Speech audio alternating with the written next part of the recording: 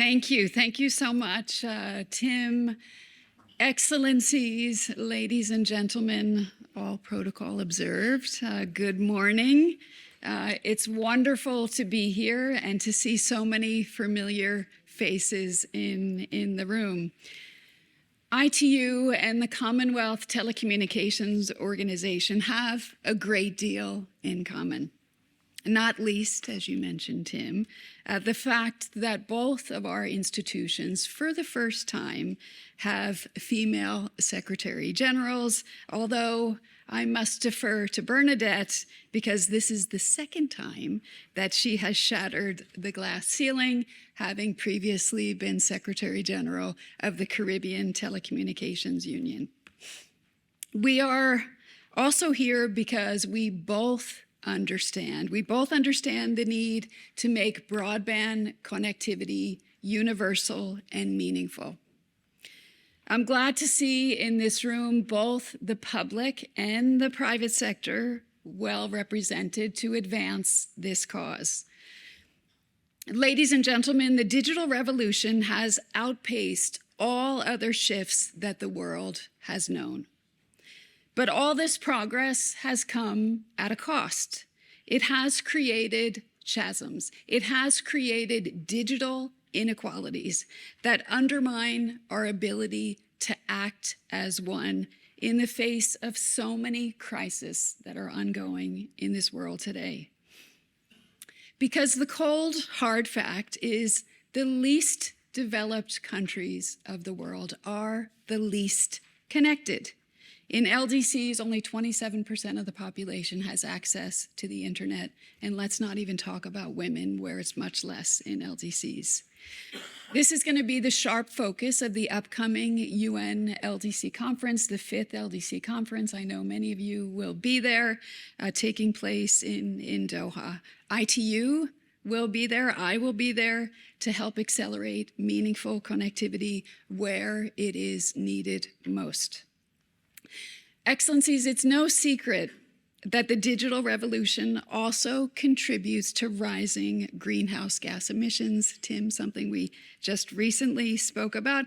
And of course, this makes the work of the ITU an essential part of the equation as we move forward. Not only to help bring the unconnected online as quickly as possible, that's 1/3 of humanity, let's not forget that, but also by making today's sweeping digital transformation much more sustainable. These two priorities, universal connectivity and sustainable digital transformation, are the two pillars of ITU's new strategic plan that you approved some months ago back in Bucharest. I want to very quickly share with you a few ways that we aim to deliver on these objectives.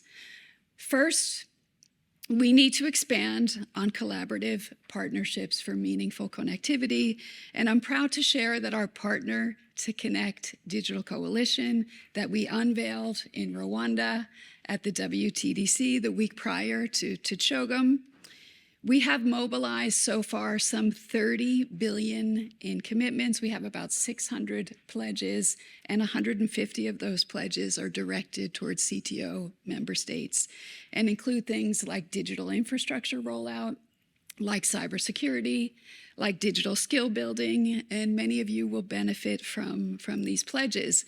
But we also need your support to this effort. So I want to call on all of you, if you have not made a pledge, please join us and make a pledge.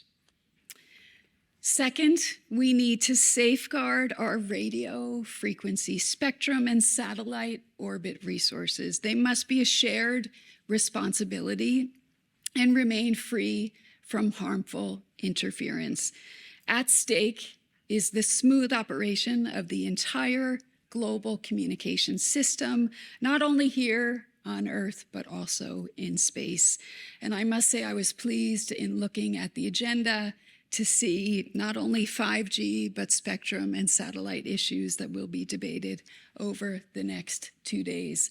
And of course, this year is an important moment for these kinds of issues as we have the upcoming World Radio Communications Conference that kicks off in Dubai in November.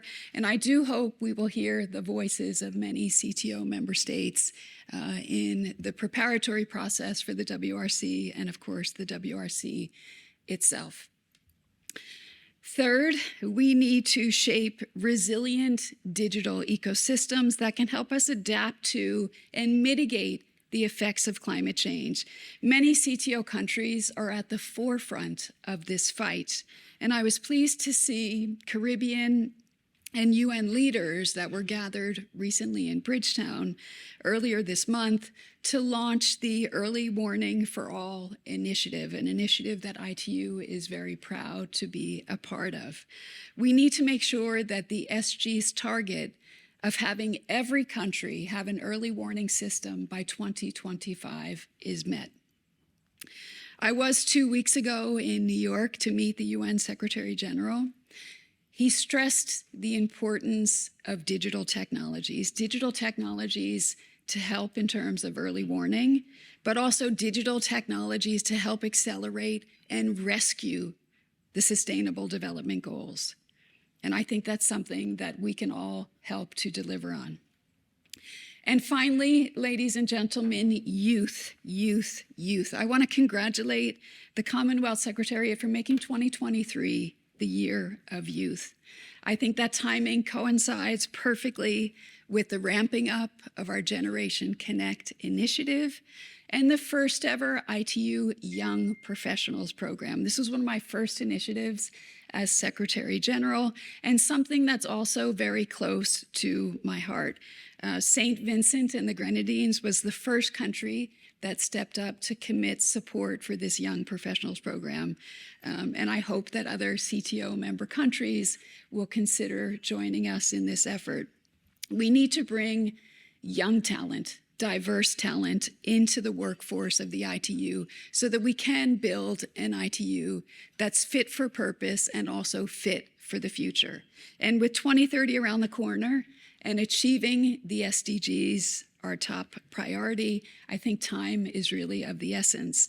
And I think luckily we know where we're going, and with a strong presence of CTO member countries in ITU's 6 regions, I think, and Tim, I'll pick up on something you said, this is a force for good, and we need to leverage your commitment to really help build on this force for good in the work of the ITU.